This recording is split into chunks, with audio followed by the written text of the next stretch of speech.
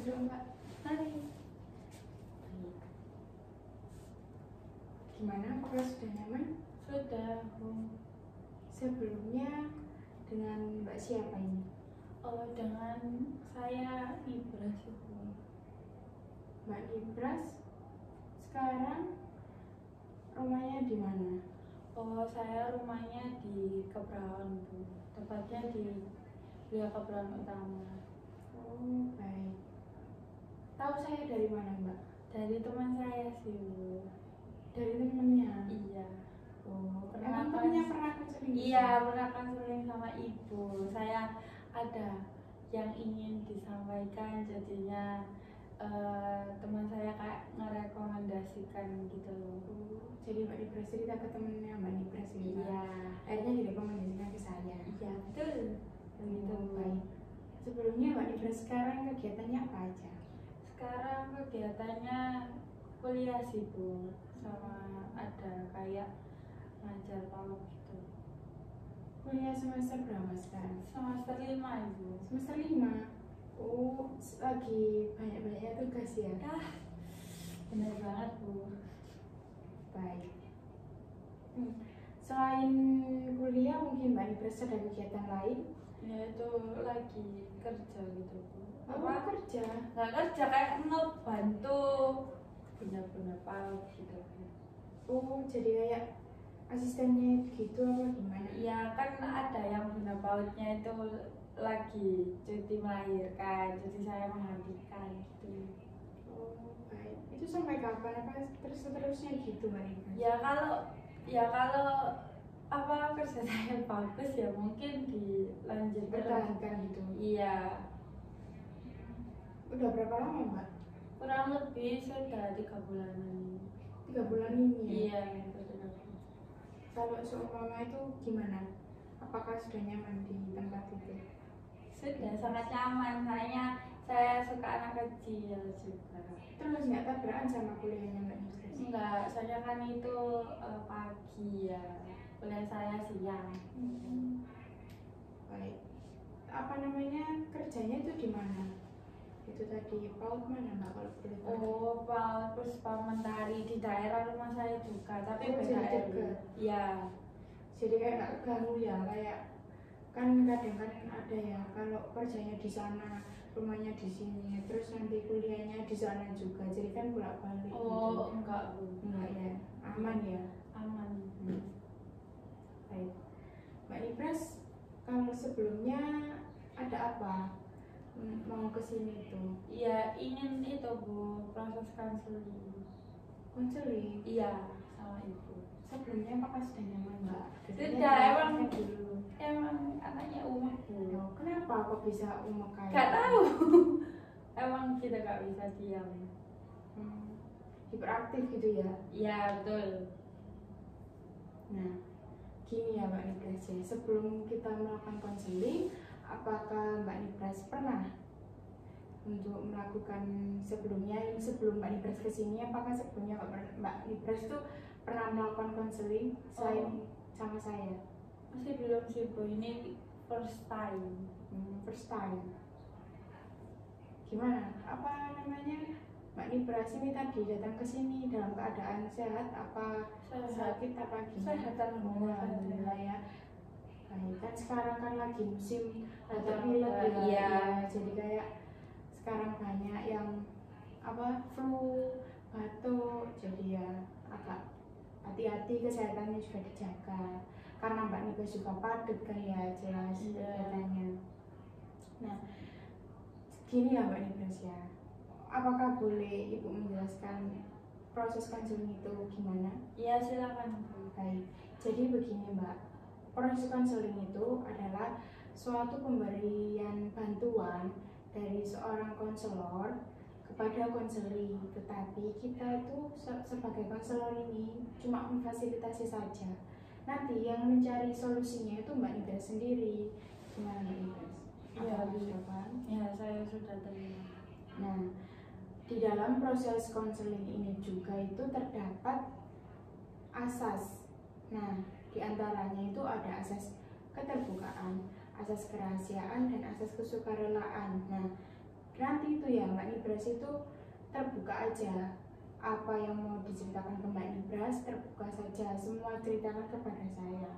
Nah itu harus keterbukaan. Nah kalau asas kerahasiaan, nah semua apa yang dikatakan Mbak Nibras, cerita Mbak Nibras nanti itu cukup kita aja yang tahu, nggak ada orang yang lain yang tahu.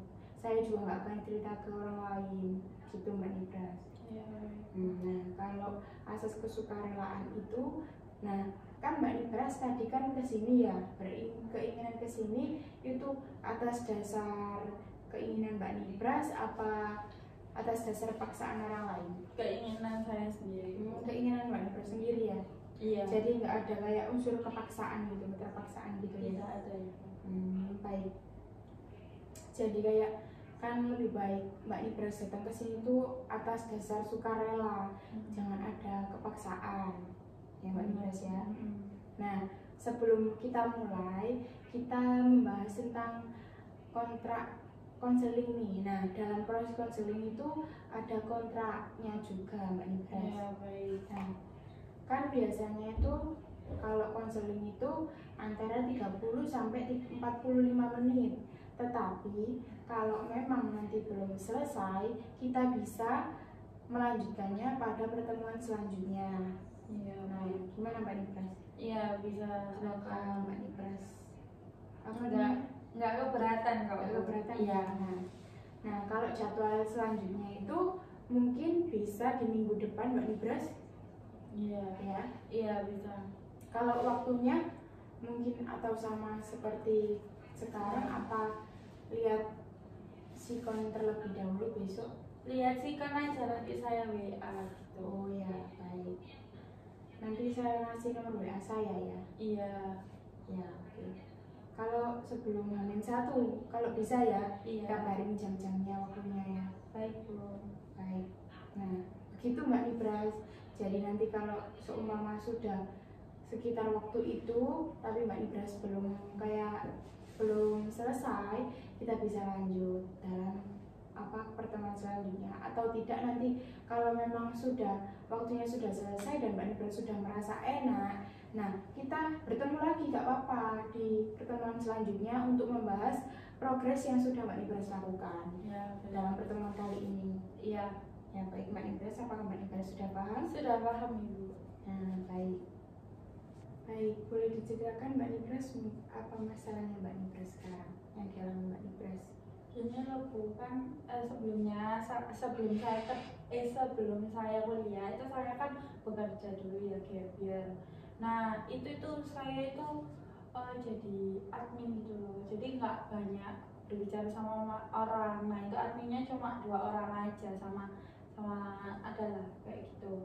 Nah ya udah, saya ya cuma ngedit terus bikin flyer, terus masukin produk ke Shopee, terus habis itu bikin flyer harian, terus bikin Excelnya buat penjualan, terus bikin ya pokoknya intinya tuh di sama layar aja gitu loh, gak banyak berkomunikasi sama orang. Nah sekarang itu kan saya kuliah, terus ngambilnya itu BK juga kan. Nah terus kemarin itu dapatnya itu ada Puspaga gitu loh Bu, dari yang kerja gitu? Bukan, ini beda. Ya dari program pemerintah gitulah. Itu Puspaga, Pusat Pembelajaran Keluarga. Nah itu kayak di RW gitu loh. Nah saya itu kebetulan di RW kan, ya udah lah itu saya pertamanya tuh kayak panik gitu loh. Kayaknya kan biasanya kan ya jarang ngomong gitu loh Bu sama orang, tapi sekarang itu harus kayak sosialisasi sama orang banyak, dan itu kayak ya kurang lebih kayak berkomunikasi dengan banyak orang, jadinya itu kayak agak kaget gitu loh Bu. Terus yang anunya itu dari yang pertamanya itu kan disuruh ya cuma di RW aja gitu, ternyata saya itu disuruh ngajar, soalnya gantiin ada bunda itu yang mau cuti melahirkan, terus saya tuh kayak ditawarin gitu, yaudah saya itu memberanikan diri lah istilahnya, tapi saya tuh sebenarnya takut, kayak saya nggak pernah kenal ya sama orangnya kayak gimana, terus habis itu apalagi langsung disuruh mengajar anak-anak. Nah saya ya kurang tahu dunia anak itu seperti apa, terus ngapain aja di sana, saya kan juga bingung gitu loh. Saya kan agak beda jauh sama pekerjaan saya yang sebelumnya. Oh, ini pekerjaannya Mbak Nibras yang tadi Mbak Nibras ceritakan. Iya, yang admin itu. Iya. Sama ini kan kayak beda gitu loh Bu. Jadinya ini agak saya bingung gitu loh kayak gimana. Nah, mungkin apa yang Mbak Nibras kayak yang mendasari Mbak Nibras itu kayak takut, bingung gitu, kenapa? Ya itu saya kan sebelumnya itu kurang apa ya di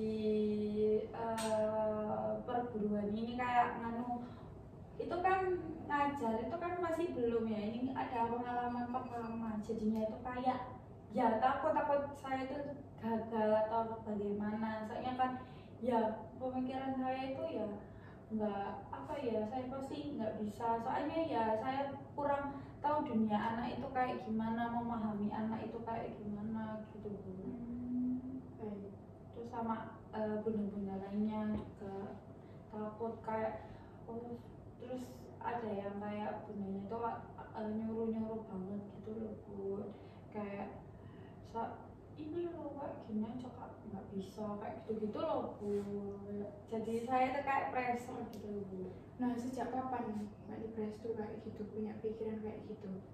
Ya kurang lebih kan saya udah kerja 2 bulanan ya, tapi satu bulan 2 bulan ini sih berpikir kayak gitu, kayak saya semakin kesini yang bunda yang kepala sekolahnya itu agak kayak gimana gitu loh, kayak nyuruh-nyuruh banget, kayak gini aja nggak bisa kayak gitu-gitu, kayak ngeremehin gitu. Jadi saya kayak ya Iya, paham, saya paham ya Mbak Nibras ya. Jadi Mbak Nibras itu yang sekarang dialami oleh Mbak Nibras itu kayak kurang percaya diri ya, tampil di depan umum itu tadi. Terus karena dulunya Mbak Nibras itu kerjanya itu cuma ya sudah di depan laptop aja tanpa ada interaksi antara kayak face to face gitu, kayak yang ngajar, terus kayak langsung di depan semua, apalagi ke anak-anak, terus sama berbaur sama yang lebih tua ya dari Mbak Nibras. Jadi begitu ya Mbak Nibras? Iya benar. Nah, Ibu mau tanya ya, perbedaannya Mbak Nibras bekerja di admin sama di luar itu yang ngajar tadi itu gimana perbedaannya? Maksudnya perbedaan dalam Ya, perbedaan kayak Mbak Nibras itu kerja di admin itu gimana? Terus akhirnya kan Mbak Nibras keluar dari kerjaan itu tadi, akhirnya Mbak Nibras kerja di ini tadi, ditugaskan untuk ngajar ini tadi, ngantiin bunda atau gurunya yang lagi cuti. Nah, itu perbedaannya gimana?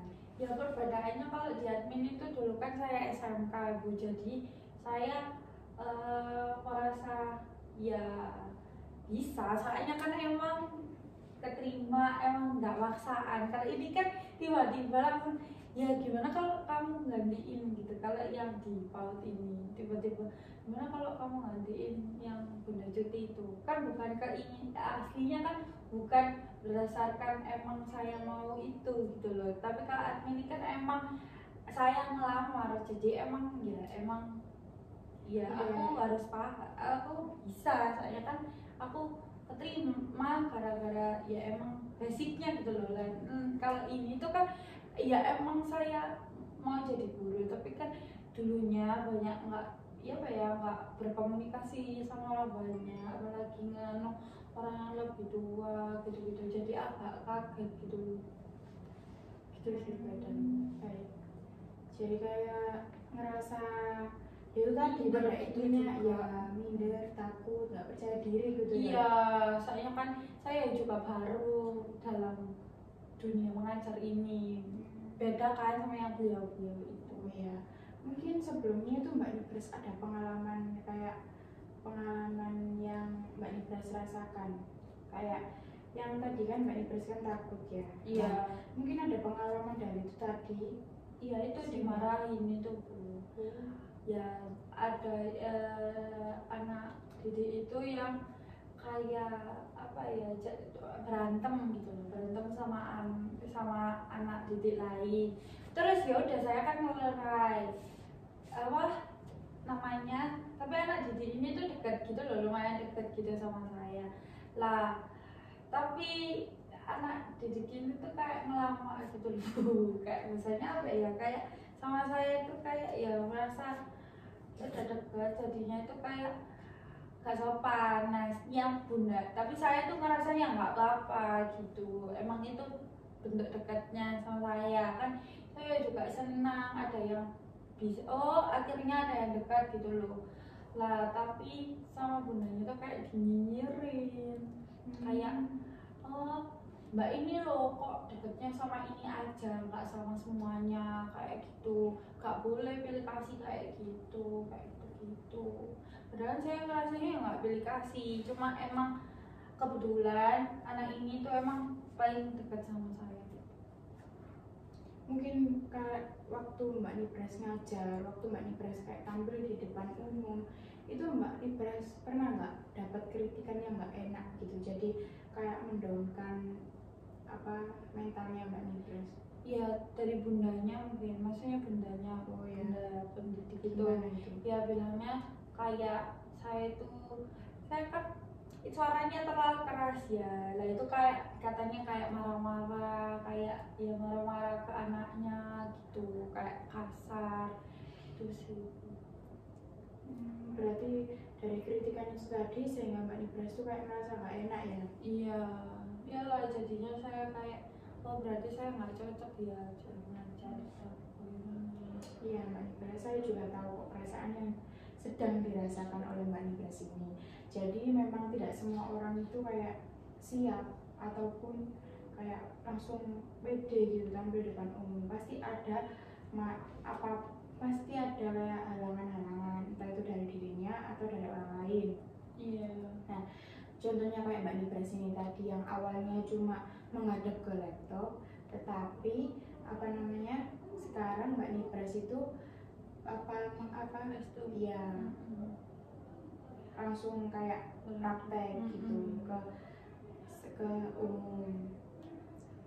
Jadi nah Mbak Nibras bisa saya simpulkan ya Mbak Nibras ya. Jadi Mbak Nibras ini itu masalahnya itu dari pikiran dari kognitifnya Mbak Nibras sendiri. Nah Mbak Nibras itu berpikir secara irasional. Nah kayak itu tadi, merasa takut, terus cemas, terus nggak percaya diri, itu Mbak Nibras. Iya. Nah sebelumnya saya tanya tujuannya Mbak Nibras kesini itu apa tadi? Konseling. Nah konseling untuk apa? Konseling itu untuk apa? Ya untuk, kalau yang saya tahu untuk ya membantu saya gitu loh Bu, yang tadi Ibu jelasin untuk membantu, tapi masalahnya saya sendiri kan yang menyelesaikan. Iya, jadi Mbak Nibras di kesini itu untuk membantu Mbak Nibras menyelesaikan masalah. Benar. Ya. Iya. Nah sekarang apakah Mbak Nibras bisa mampu untuk menyelesaikan masalahnya Mbak Nibras ini Ya, sesuai yang diinginkan Mbak Nibras untuk datang ke sini, gimana? Iya, saya setuju. Baik. Jadi begini ya Mbak Nibras. Nah, sebelum kita lanjut masuk ke teknik nanti, nah Mbak Nibras ini itu orangnya kayak masalahnya ini tergantung kayak apa namanya, dari berpikir irasionalnya Mbak Nibras sendiri tadi ya, kayak apa, cemas, terus kurang percaya diri, takut untuk berinteraksi ataupun sesama orang lain dan tampil depan umum ya Mbak Nibras ya. Iya.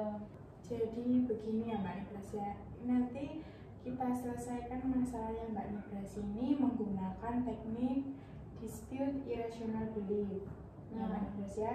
Nah jadi teknik ini itu adalah menghilangkan pemikiran yang tidak layak. Irasional itu kan yang tidak sehat gitu Mbak Nibras ya. Nah apakah Mbak Nibras keberatan? Nggak keberatan Bu. Bersedia ya? Iya, bersedia. Nah begini Mbak Nibras, mungkin sebelumnya Mbak Nibras itu ada yang kayak mengharuskan Mbak Nibras itu kayak tampil depan umum itu kayak pokoknya itu mengharuskan Mbak Nipras lebih baik, terus mengharuskan Mbak Nipras untuk kayak pokoknya itu menuntut Mbak Nipras, mengharuskan Mbak Nipras itu semuanya itu baik gitu. Apakah ada? Enggak ada. Jadi nggak ada ya Mbak Nipras ya. Nah sebelumnya mungkin ada kayak dalam diri Mbak Nipras itu menekankan kayak Mbak Nipras itu harus lebih baik lagi, Mbak Nipras itu harus perfect gini atau dari orang lain mungkin ada.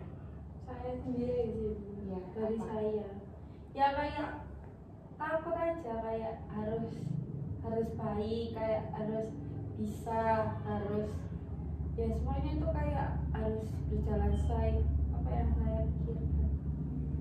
Oke Mbak Nipras. Jadi ada penekanan ya dalam diri Mbak Niprasnya Iya tadi. benar, harus kayak perfect gitu.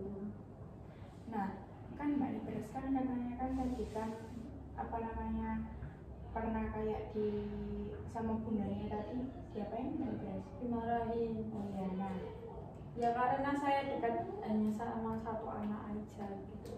oh mungkin Mbak Nipras punya teman dekat gitu. Ada sih Bu, cuma satu orang aja Bu, dari SMP itu. Nah, mungkin Mbak Nipras pernah bercerita dengan orang temannya Mbak Nipras Enggak, tadi. kalau kita itu apa ya, kalau aku pertama kali itu jarang cerita yang kayak personal gitu. Jadi kak sehari-hari ya udah ribet nama aja. Oh nggak cerita sama mama saya. Nah, kan tadi kan bundanya Mbak Nipras kan marah-marah ya. Nah, itu gimana Mbak Nipras cara kayak selanjutnya langkah Mbak Nipras itu tadi gimana cara untuk menanggapi ataupun apa menyelesaikannya tadi gimana?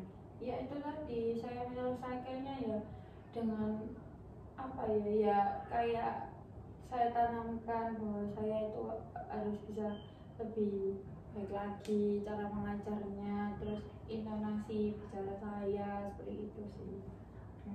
Baik. Jadi begitu ya Mbak Nipras ya. Nah, mungkin Mbak Nipras kayak mempunyai kemampuan dalam hal kayak tampil di depan umum kayak menjadi MC ataupun moderator ataupun apa lagi itu pokoknya yang tampil di depan umum. Apakah Mbak Nipras mempunyai kayak keahlian gitu? Belum sih Bu, belum pernah, enggak pernah. Apa belum pernah? Nah, kan pasti kan Kak Mbak Nipras kan kuliah ya. Iya. Nah, mungkin Mbak Nipras pernah apa ya presentasi depan Ya umum kalau gitu. itu pernah, tapi kalau untuk kayak MC dan lain-lain belum. Nah, itu kan sama saja di depan umum Mbak Nipras. Nah, Mbak Nipras gimana? Tapi rasanya itu beda Bu, soalnya kayak lebih pressure aja gitu loh. Mungkin karena saya lihat orang baru gitu loh.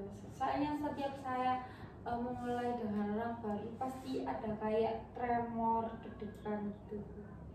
Jadi gitu ya. Nah, baik. Nah, sebelumnya saya mau berbagi pengalaman ya Mbak Nipras ya. Sedikit saja pengalaman yang akan saya ceritakan ke Mbak Nipras yang apa namanya kayak nyambung lah dengan apa yang hampir sama kayak Mbak Nipras. Nah, saya juga pernah Mbak Nipras dulu itu kayak disuruh ngajar gitu.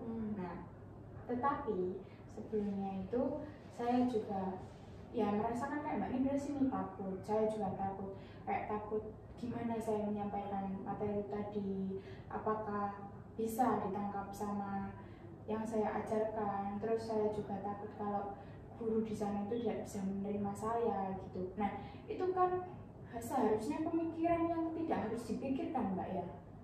Kan Iya, setiap orang itu kan mempunyai pola pikir masing-masing. Iya. Nggak semua orang itu sama.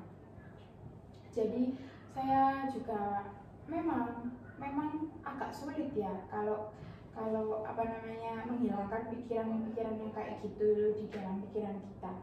Tetapi ya itu tadi saya juga kan saya menekankan ini kan belum saya coba. Nah, maka bisa saya coba dulu.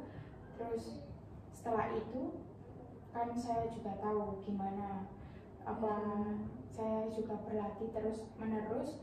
Terus di depan cermin tak gimana, sehingga rasa percaya diri saya itu tertanam pada diri saya sendiri. Baik, jadi begitu ya Mbak Nibras. Jadi setiap latar belakang orang itu berbeda-beda, pola pikirnya itu berbeda-beda juga. Iya.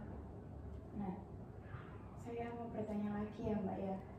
Mungkin apa yang Mbak Nibras rasakan setelah Mbak Nibras berpikir kalau pikiran ini nggak layak untuk dipikirkan?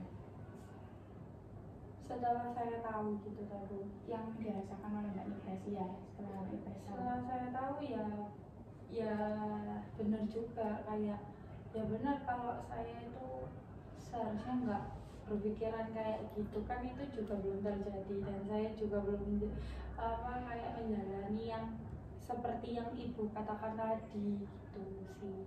Ya, baik. Jadi Mbak Nibras sudah tahu ya apa yang harus Mbak Nibras lakukan untuk menanggapi pikiran yang Mbak Nibras pikir sendiri tadi. Iya. Nah, mungkin ada yang mau disampaikan lagi Mbak Nibras sebelum saya tutup? Kurang lebihnya enggak sih Bu, ya itu aja, cuma itu, dan alhamdulillahnya sudah kebantu sama masukannya ibu tadi gitu Bu. Baik. Jadi untuk pertemuan selanjutnya nanti saya kabarin lagi ya. Iya, Mbak baik. Nibras bisa mengabarin H-1 untuk waktunya ya. Iya, baik Bu. Sebelumnya Ibu mohon maaf kalau seumpama ada salah kata dalam ucapan Ibu tadi. Yang Mbak Nibras ya mohon dimaafkan. Iya, Ya, iya bisa saya maafkan kok Bu. mungkin sebelum meninggalkan ada yang mau ditanyakan lagi? Enggak, sudah. Baik, terima kasih ya Mbak Nibras ya. Iya, sama-sama ya Ibu. Ya.